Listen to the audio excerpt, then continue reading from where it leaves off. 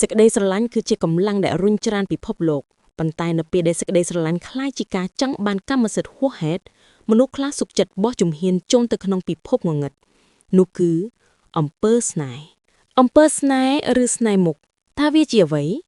វាគឺជាការប្រើប្រាស់មន្តអាគមដើម្បីបង្ខំឲ្យមនុស្សម្នាក់ទៀតមានចិត្តស្រឡាញ់ឬងប់ងល់នឹងខ្លួនដោយមិនអាចដកចិត្តរួចប្រភេទផ្សេងៗដែលគេជឿថាមានក្នុងស្រុកខ្មែរស្នេហ៍មុខប្រើសម្រាប់ឲ្យគេចូលចិត្តអាណិតអាសូរច្រើនប្រើក្នុងជំនួញឬការងារព្រៃម្សៅមុនការសូត្រមន្តដាក់គ្រឿងសម្អាងដើម្បីឲ្យអ្នកមើលមកមានអារម្មណ៍ថាស្អាតខុសពីធម្មតាអំពើស្នេហ៍ដាក់ក្នុងចំណីការដាក់វត្ថុចង្រៃឬសូត្រមន្តដាក់ក្នុងទឹកឬអាហារឲ្យជនរងគ្រោះញ៉ាំ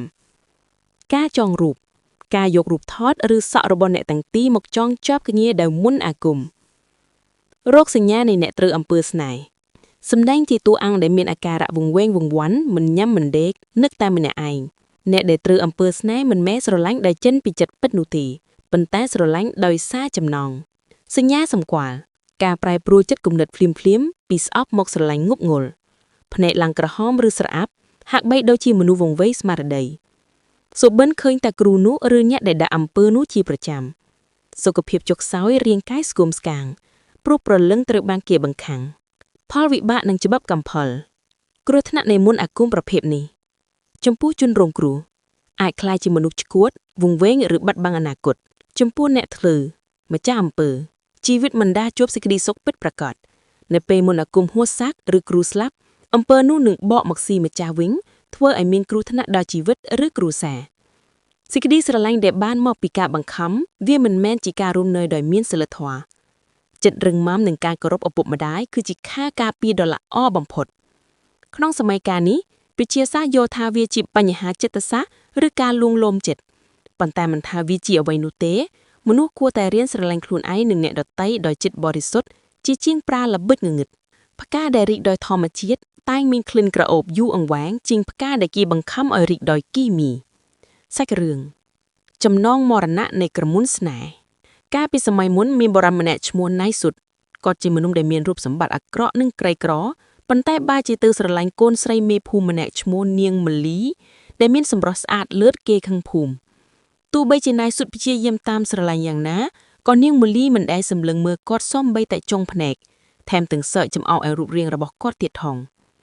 ដោយសារតែកំហឹងនិងសេចក្តីស្រឡាញ់ដ៏ងប់ងន់នោះណៃសុតក៏បានសម្រេចចិត្តធ្វើដំណើរទៅរកគ្រូអាគមម្នាក់ដែលល្បីខាងមុនខ្មៅ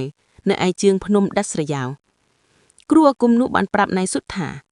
ឯងត្រូវយកសក់ឬក្រចករបស់នាងមលីមកឲ្យអញបើមិនបានទេត្រូវលួចយកសម្លៀកបំពាក់ដែលនាងមិនទាន់បោកមកឲ្យអញឲ្យបានសិនក្រោយពីបានរៀបរបស់តាមបំណងគ្រូអាគមចាប់ផ្ដើមយករូបថតនិងសក់របស់នាងមលីមកមូលចងជាប់ជាមួយរូបក្រមុនដែលសូនជារូបមនុស្សពីរនាក់អោបគ្នាគ្រូអាគមចាប់ផ្ដើមសូត្រមន្តហៅព្រលឹងទាំងយប់អាធ្រាត្ររួចយកមកជូលចាក់ចំត្ររូបក្រមុននោះហើយប្រាប់ណៃសុតថាក្នុងរយៈពេល7ថ្ងៃនាងនឹងមករកឯងដល់ផ្ទះទោះបីជាឯងដេញនាងចេញក៏នាងមិនទៅដែរពិតមែនមិនដល់7ថ្ងៃផងនាងមលីដែលធ្លាប់តែឆ្មើងបែរជាដើរមកផ្ទះណៃសុតទាំងវង្វេងវង្វាន់នាងលែងខ្វល់ពីឪពុកម្ដាយលែងខ្វល់ពីកិត្តិយសនាងស្រឡាញ់ណៃសុតដល់ថ្នាក់ងើបពីដេកមិនឃើញមុខមិនបានទេប៉ុន្តែក្តីសុខរបស់ណៃសុតមិនបានយូរអង្វែងទេនាងមលីចាប់លែមប្រែប្រួលរូបរាងភ្នែករបស់នាងកាន់តែស្លក់ខ្មៅខ្លួនប្រាណកាន់តែស្គមស្កាងទៅ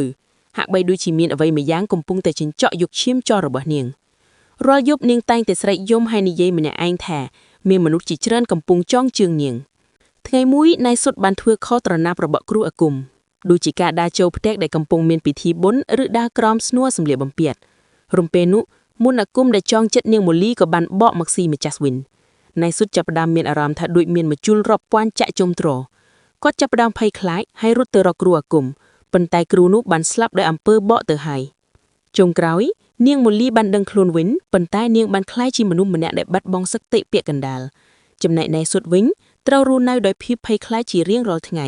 ព្រោះព្រលឹងងងឹតដែលគាត់ធ្លាប់ហៅមកវាមិនព្រមចាក់ចេញពីគាត់ឡើយសេចក្តីស្រឡាញ់ដែលកើតចេញពីការបង្ខំវាមិនដែលផ្ដល់នូវសេចក្តីសុខពិតប្រាកដឡើយវាគ្រាន់តែជាការដាក់គុកព្រលឹងអ្នកដទៃនឹងខ្លួនឯងមន្តអាគមងងឹតមានអំណាចតែរយៈពេលប៉ុណ្ណោះប៉ុន្តែកម្មផលដែលវាបន្សល់ទុកមានរយៈពេលពេញមួយជីវិត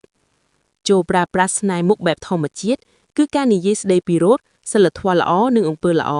នោះអ្នកនឹងបានសេចក្តីស្រឡាញ់ដែលយូរអង្វែង